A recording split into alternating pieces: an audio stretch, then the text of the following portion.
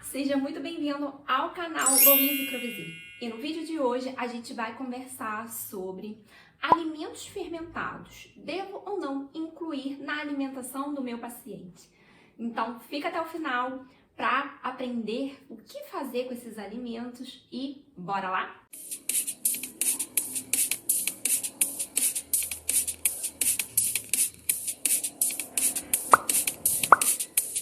Bom, meu povo, fofoca que todo mundo gosta.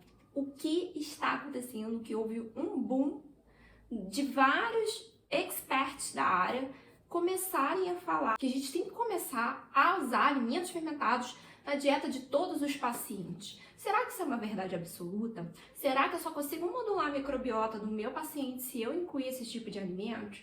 Bom, antes da gente responder todos esses questionamentos, a gente precisa entender o que são alimentos fermentados. Os alimentos fermentados são alimentos de diferentes origens, que vão passar por esse processo de fermentação. E por meio dessa fermentação, por bactérias, tanto que podem ser adicionadas, como por exemplo no caso do iogurte, como bactérias que vão proliferar ali naturalmente, como no caso do chucrute, que são bactérias ali já presentes no alimento e que vão proliferar no processo da fermentação. Esses alimentos, eles têm benefícios, Por conta desse processo de fermentação, a gente tem algumas vantagens. Pegando aí o exemplo do iogurte, Muitas pessoas têm intolerância à lactose. A bactéria, para ela crescer no meio, ela vai usar o carboidrato para fazer esse crescimento. E aí ela vai ser utilizada a lactose, que tem presente no leite, para fazer essa fermentação. Consequentemente, vai reduzir os teores de lactose daquele produto. Tanto é que muitas pessoas que têm intolerância à lactose, elas toleram melhor os iogurtes do que leites e outros produtos derivados do leite.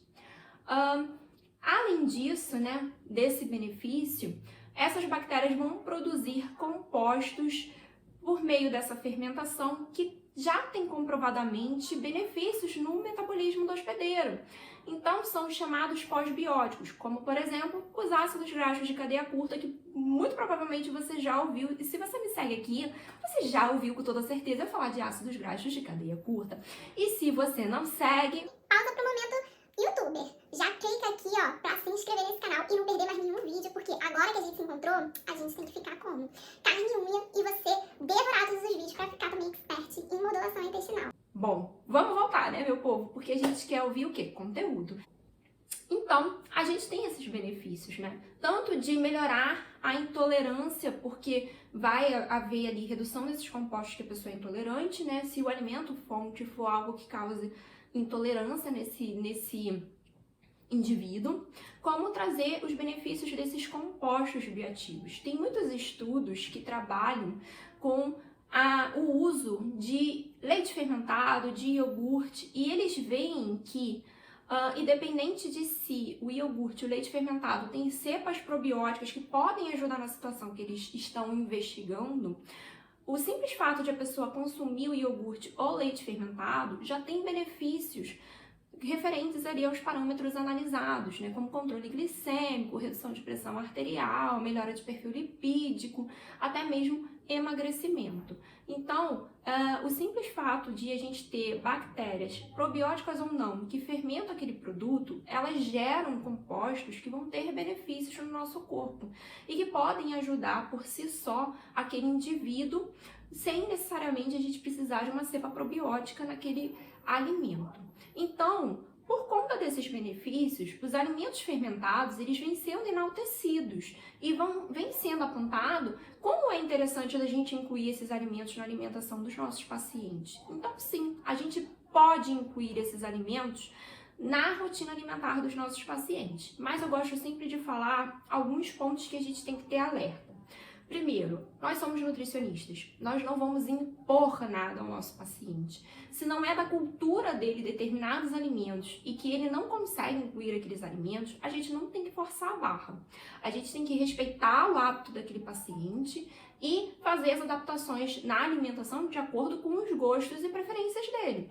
Então, se é um paciente que não gosta de consumir leites e derivados, ou porque ele tem alergia, ou porque ele tem intolerância e ele fica com medo de consumir, ou por qualquer outro motivo, e outros alimentos que possam ser fermentados, e ele não quer consumir esses alimentos, tá tudo bem. A gente não precisa trabalhar com isso. A gente tem outros recursos para estar modulando a microbiota intestinal. Como eu falo, né? Os alimentos fermentados, ele não é o único recurso que a gente tem. A gente tem a prescrição de pré-simbióticos, da glutamina. A gente tem também a própria modulação que vai ocorrer por meio da alimentação sem necessariamente a gente incluir os alimentos fermentados. Então, a gente sempre precisa respeitar e manter o nosso paciente envolvido no poder de decisão de como vai ser o plano alimentar dele e incluir os alimentos que ele deseja e que ele consegue dar conta de consumir. Então, por exemplo, chucrute não é algo do hábito nosso de consumir. Então, será que o paciente vai querer incluir isso na rotina dele? A gente tem vários alimentos de origem oriental, que são os fermentados de soja. Então, tem o missô, o nato, mas isso, para um oriental, é muito fácil de ele incluir na rotina dele. Mas será que pra gente que é brasileiro, que tem uma outra realidade, que tem um outro gosto, um outro paladar, é fácil incluir esses alimentos? Então a gente sempre tem que pensar nesse primeiro item. Será que meu paciente conseguiria consumir esses alimentos? Um outro ponto é que desses alimentos fermentados, né, a gente tem aí iogurte, leite fermentado, que são muito clássicos e possíveis de incluir na alimentação do paciente. A gente precisa orientar o paciente na escolha do melhor produto no mercado. Ele não pode escolher qualquer leite fermentado. A maioria dos leites fermentados industrializados são ricos em açúcar. E aí, será que eu vou estar tendo realmente os benefícios daquele produto? Será que não seria melhor eu incluir um probiótico, um simbiótico numa formulação para esse paciente, do que prescrever esse tipo de alimento? O iogurte, ele é um pouco mais fácil da gente escolher iogurtes que tenham dois ingredientes, o leite e o fermento, né, que é ali as bactérias que vão fermentar. E a gente pode até orientar o paciente de produzir o seu próprio iogurte, né, tanto fazendo por meio de um iogurte que ele compre pronto e mistura ali com leite e tem todo um passo a passo de como produzir esse iogurte, como se produzir ali do zero, comprando o fermento e fazendo na sua casa. A gente também pode orientar nessa questão. E muitas pessoas não tem uma adesão muito boa ao iogurte natural de dois ingredientes, que não tem açúcar, não tem nada. O meu paladar, ele é muito pro doce. Eu não consigo comer ele puro, porque é um azedo, um sabor que não é muito bom. A gente pode orientar o quê? Bate com uma fruta, come com uma fruta, põe um pouco de mel, que é pré-biótico, e tá tudo bem. A gente tem ali um alimento simbiótico, inclui uma granola, tudo com orientação para ele fazer as melhores escolhas para não bagunçar a microbiota dele. Então a gente sempre tem que pensar nesses elementos, se vai ser possível incluir na alimentação do paciente, se ele deseja incluir e se realmente vale a pena a gente investir nesses alimentos naquele paciente. Então não existe uma verdade absoluta. Se alguém te falar que só modula a microbiota usando esses alimentos, essa pessoa não está falando a verdade para você. É possível a gente modular apenas com a dieta, sem incluir esses alimentos, com a dieta do dia a dia da pessoa. Óbvio que a gente vai ter que incluir ali um pouco mais de fibra, fazer algumas alterações nessa composição para ela ter a melhor qualidade possível. Mas é super possível a gente fazer a modulação sem necessariamente incluir esses alimentos, mas também a gente pode incluí-los para ajudar nesse processo de modulação da microbiota intestinal. Bom, pessoal, eu espero que vocês tenham gostado desse vídeo. Se você gostou, já deixa seu like e coloca aqui embaixo para mim, nos comentários, qual a sua maior dúvida sobre esse tema. Eu vou adorar responder. E dependendo das dúvidas que vocês tiverem, eu posso até gravar mais vídeos falando sobre esse tema. Um grande beijo, até o próximo vídeo. Tchau!